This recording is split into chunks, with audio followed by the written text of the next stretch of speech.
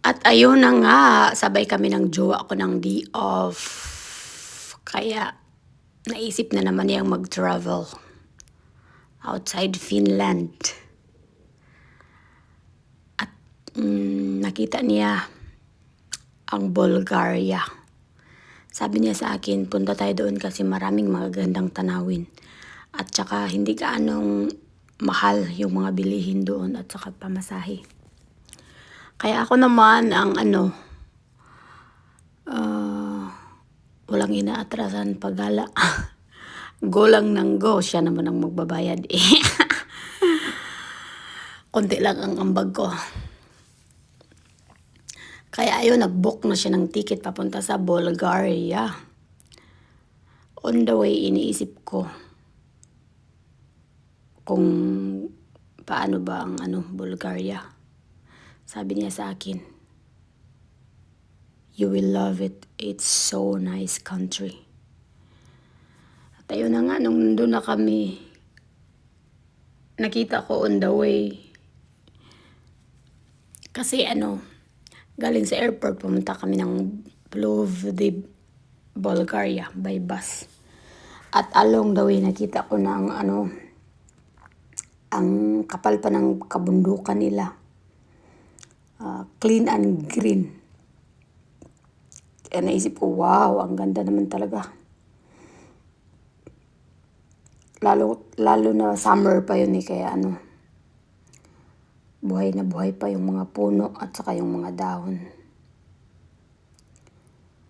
Kaya sabi niya sa akin, maganda talaga dito, makikita mo mamaya pagdating natin doon. Gagala tayo kung saan saan.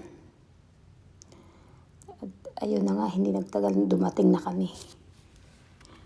Itong makarating na kami, sabi niya, ilagay muna natin ang mga gamit natin sa hotel. Tsaka tayo gala.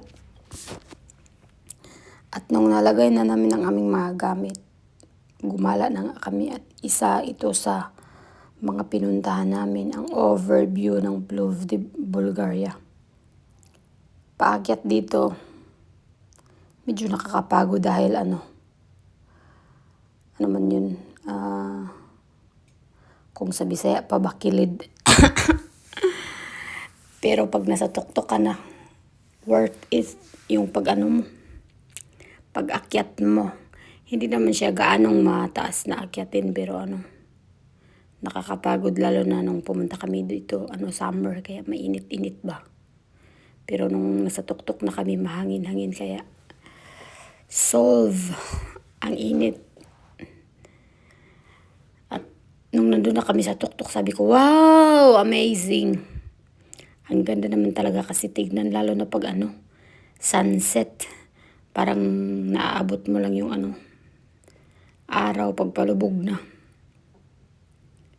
Pero ang totoo, it's a prank. Ay, di ako marunong talaga mag-voice over, oy. Kaya tama na.